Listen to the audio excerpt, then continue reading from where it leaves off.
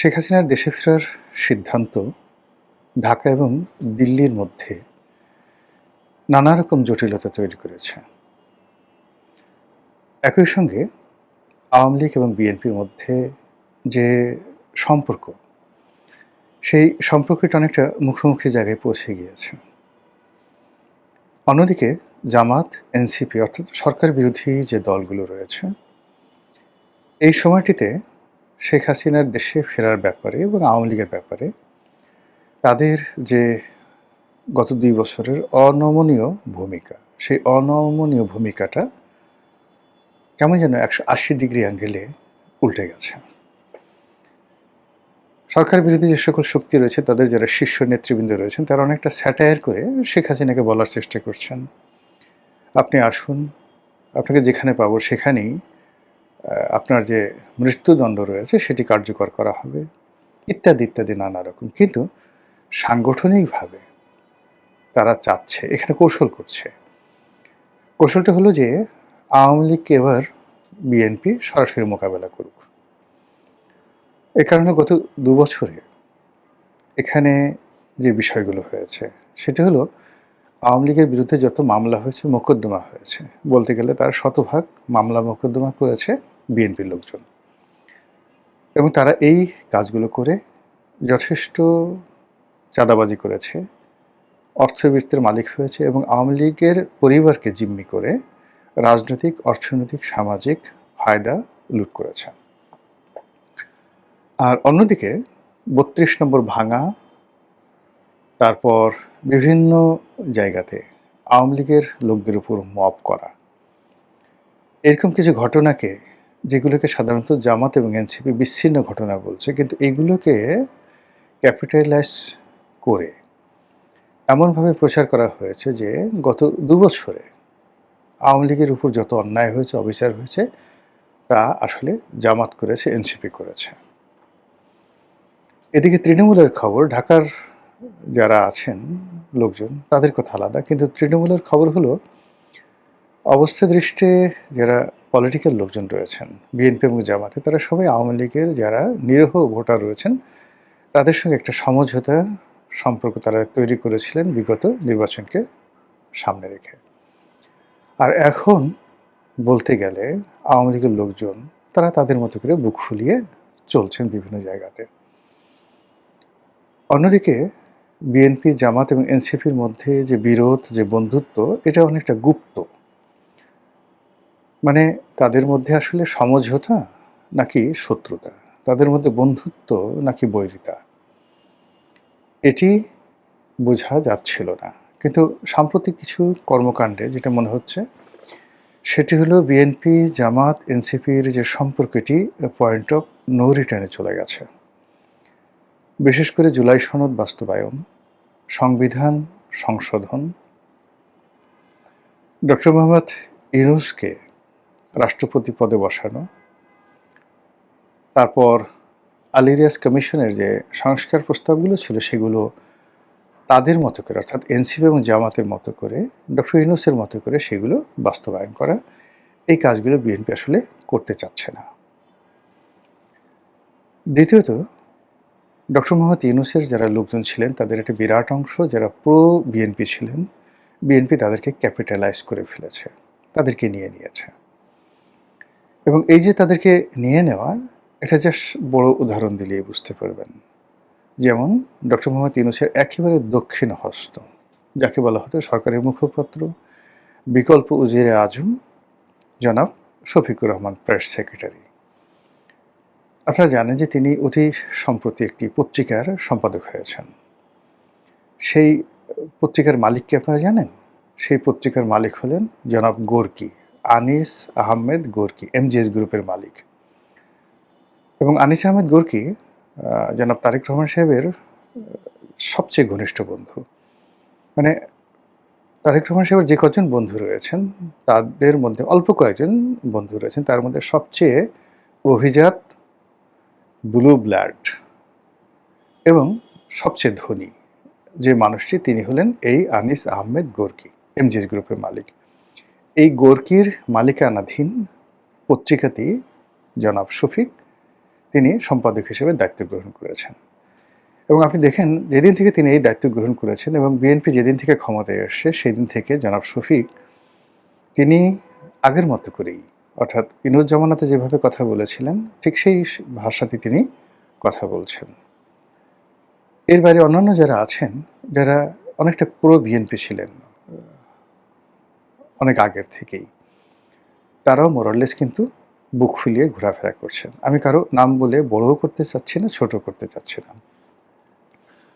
অন্যদিকে ডক্টর মোহাম্মদ ইউনূসের প্রতি জামাত এবং এনসিপি তাদের যে একেবারে দ্বিধাহীন সমর্থন ছিল, অন্ধের মতো তাদের বিশ্বাস ছিল, ঠিক সেই বিশ্বাসের মূল্যের যে জায়গাটি, সেই জায়গাটিতে এখন জামাত এবং এনসিপি নিজেদেরকে বেকুব মনে করছে, অসহায় মনে করছে, দুর্বল মনে করছে। রাজনীতিতে যখন এরকম একটা হাহাকার তৈরি হচ্ছে, যারা ক্ষমতা পেয়েছে তাদের এক ধরনের হাহাকার, এবং যারা ক্ষমতা পেয়েছে তারা এখানে ৩টা ভাগে বিভক্ত করে দিয়েছে। ডক্টর মোহাম্মদ ইউনূস জামাত এনসিপির যে সম্পর্ক, সেই সম্পর্কটি ভেঙে গেছে। ইউনূস সাহেবের যে লোকজন ছিল তাদের একটা বিরাট অংশকে নিষ্ক্রিয় করে দেওয়া হয়েছে, অন্য অংশটিকে বিএনপি আপন করে নিয়েছে। আর জামাতের মধ্যে একটা হতাশা, আতঙ্ক এবং ভয় ঢুকিয়ে দেওয়া হয়েছে। ঠিক এই সময়টিতে যখন শেখ হাসিনা বললেন যে আমি বাংলাদেশে আসছি এবং ডিসেম্বর মাসে আসছি, তখন সঙ্গত কারণে যেহেতু এখানে আলটিমেটলি একটা বিভেদ তৈরি হয়ে গিয়েছিল এবং এই বিভেদটা আর জোড়া লাগানোর কোনো স্কোপ আগামীতে নেই। তো সেই অর্থে সরকার, বিএনপির যারা সহযোদ্ধা রয়েছেন তাদের সাথে যমুনাতে বৈঠক করেছেন, খাওয়া দাওয়া করেছেন, আনাকুম জানাকুম সালাম আলাইকুম এরকম কথাবার্তা সেখানে হয়েছে। অনেকে গিয়ে অনেক বড় বড় দাবি দেওয়া পেশ করেছেন, অনেকে সরকারের মন্ত্রী এমপি হতে চেয়েছেন, আরও ইত্যাদি নানা কিছু, কিন্তু কাজের কাজ কিছুই হয়নি। এর কারণ হলো যারা গিয়েছিলেন আসলে তাদের মানে ওইরকম সাংগঠনিক ভিত্তি, পরিচিতি, সামাজিক যে কানেক্টিভিটি বা যাকে বলা হয় সুনাম সুখ্যাতি, বলতে গেলে একমাত্র মাহমুদুর রহমান মান্না ছাড়া অ্যাজ এ পার্সন ওখানে ওইরকম কেউ নেই যিনি কোনো একটা সচিবালয়ে টেলিফোন করবেন, বাংলাদেশে কোনো একটা ডিসিকে টেলিফোন করবেন, কোনো একটা জেলা শহরে একা একা যাবেন এবং সেখানে কেবলই মাত্র তার রাজনৈতিক ক্যারিয়ারের কারণে সম্মানিত হবেন, মর্যাদা পাবেন। কেউ তাদেরকে ভুয়া ভুয়া বলবে না, কেউ তাদেরকে অমুক চোর বলবে না, অমুক মানে তাদের এখন দেখেন যে এই সরকারের সাথে বন্ধুত্বের বেশে তাদের কাছাকাছি আছে বা কাছাকাছি বাইরে চলে গেছে, এরকম প্রায় সবারই এক একটা উপাধি আছে, বিভিন্ন রকম বাজে বাজে উপাধি আছে। তো সেই মানুষগুলো 0 0 0 একত্র করলে যেমন 0 হয়ে যায়, অথবা মাইনাস মাইনাস মাইনাস যদি একত্র করেন তাহলে যেভাবে মাইনাসের সংখ্যাটা বাড়ে, তেমনি যমুনাতে যারা শেখ হাসিনার বিরুদ্ধে যদি জনমত গঠন করা, রাজনৈতিক শক্তি গঠন করা, এই উদ্দেশ্যে যমুনার সেই বৈঠকটি হয়ে থাকে প্রধানমন্ত্রীর নেতৃত্বে, তাহলে এখানে 0 0 0 হয়েছে অথবা মাইনাস মাইনাস মাইনাস হয়েছে। অন্যদিকে জামাত যারা আছে তারা আসলে কি করছে এটা সরকার জানে না, আমরাও জানি না। বহু আগে একেবারে ঠিক 2024 সনের দিকে আমার কাছে মনে হয়েছিল যে আগামীতে যে রাজনৈতিক মিত্রতা হবে, সেই মিত্রতা হবে জামাতের সঙ্গে আওয়ামী লীগের। আবার বিশ্বাস করেন এই কথাগুলো আমি এই ইউটিউবে বহুবার বলেছি। জামাতের সঙ্গে দিল্লির কানেকশন, জামাতের সঙ্গে আওয়ামী লীগের কানেকশন, এই কথাগুলো 2024 সনের সেপ্টেম্বর অক্টোবর মাসে বলেছি। আজকের দিনে এটার যে রূঢ় বাস্তবতা, এটা আমি না, স্বয়ং প্রধানমন্ত্রী বা বিএনপির যারা শীর্ষ নেতৃবৃন্দ রয়েছেন তারা এইরকম যাকে বলা হয় কথা বলাবলি করছে। ঠিক সেই সময়টাতে শেখ হাসিনা বাংলাদেশে আসতে চাচ্ছেন। এটা নিয়ে আওয়ামী লীগের মধ্যে একটা মিশ্র প্রতিক্রিয়া দেখা দিয়েছে।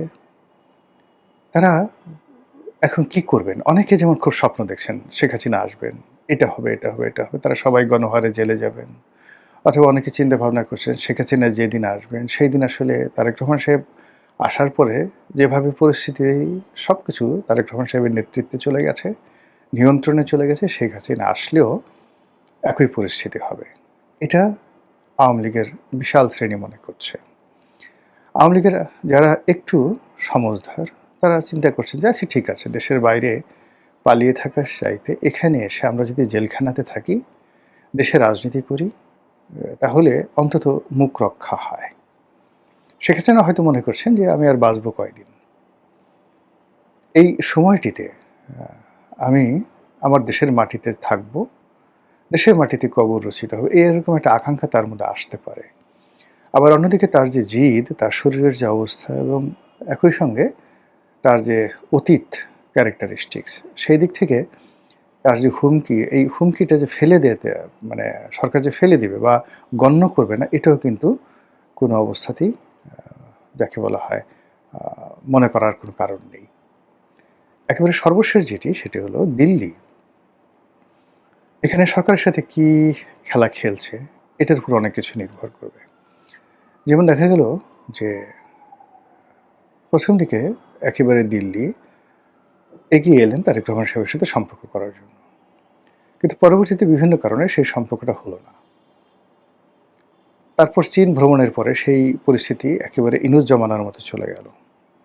আবার সাম্প্রতিক সময় দিল্লি আবার তারেক রহমান সাহেবকে সেপ্টেম্বর মাসে দিল্লি ভ্রমণের বিমস্টেক উপলক্ষে দিল্লি ভ্রমণের আমন্ত্রণ জানিয়েছেন।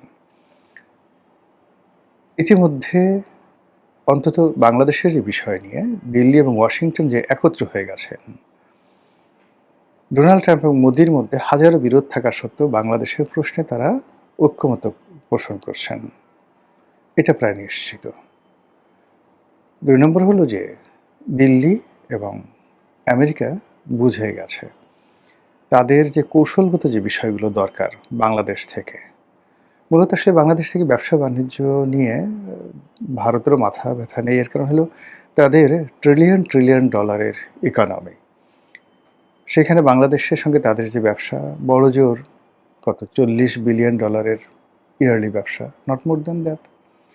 আমেরিকার সাথে আমাদের ব্যবসা বাইলেটারাল কত হবে? খুব অল্প, বড়জোর 20 বিলিয়ন ডলারের ব্যবসা। এর মধ্যে আমরা এক্সপোর্ট করি কত আর তারা ইম্পোর্ট করে খুব অল্প। তারা ইম্পোর্ট করে তারা এক্সপোর্ট করে খুব অল্প, আমরা এক্সপোর্ট করি অনেক বেশি। কিন্তু আমেরিকার ইকোনমির সাইজে এটা একটা পিনাটও না, সর্ষে দানা। তো কাজে এখানে ব্যবসা বাণিজ্য টাকা পয়সার চাইতে মিলিটারি অ্যাসপেক্ট এবং যেটাকে বলা হয় ভূ রাজনীতির যে গোলকধাঁধা, কৌশলগত দিক, এটা বেশি গুরুত্বপূর্ণ, বিশেষ করে চীনকে মোকাবেলা করার জন্য। এবং আমেরিকার যে ইন্দো প্যাসিফিক নীতি এবং একই সঙ্গে মায়ানমার অ্যাক্ট বা বার্মা অ্যাক্ট, একই সঙ্গে দিল্লির 7 সিস্টার এবং চীনকে মোকাবেলা, এই 3টি বিষয়ে তারা বুঝে গেছে যে কৌশলগতভাবে পার্টনার হিসেবে বিএনপি তাদের কাছে শক্তিশালী নাকি আওয়ামী লীগ তাদের কাছে গুরুত্বপূর্ণ শক্তিশালী পার্টনার। 2 নম্বর হলো যে তাদের স্বার্থ স্ট্রংলি রক্ষা করার ক্ষেত্রে শেখ হাসিনা সক্ষম না তারেক জিয়া সক্ষম। অন্যদিকে জঙ্গিবাদ দমন, যেটিকে আমরা ফান্ডামেন্টালিজম বলি, এই ব্যাপারে ভারতের আতঙ্ক চরমে, আমেরিকার আতঙ্ক চরমে। তো সেই ব্যাপারে আওয়ামী লীগ এবং শেখ হাসিনার সঙ্গে আমেরিকা এবং দিল্লির যে সম্পর্ক, সেই সম্পর্কটি কোনো অবস্থাতেই বর্তমান বিএনপির নেতৃত্ব স্পর্শ করতে পারবে না। তো সেই দিক থেকে ফাইনালি একবার সামনে টেনে, অর্থাৎ মাছ যেভাবে শিকার করে, আপনি মাছ বড়শি গিলে ফেলেছে, এখন একবার তাকে ছেড়ে দেন, একবার টানেন, এভাবে একটা সময় সে রক্তাক্ত হবে, দুর্বল হবে এবং পরবর্তীতে আপনি তাকে উঠিয়ে একদম সুন্দর করে ফ্রাই করে খেয়ে ফেলবেন।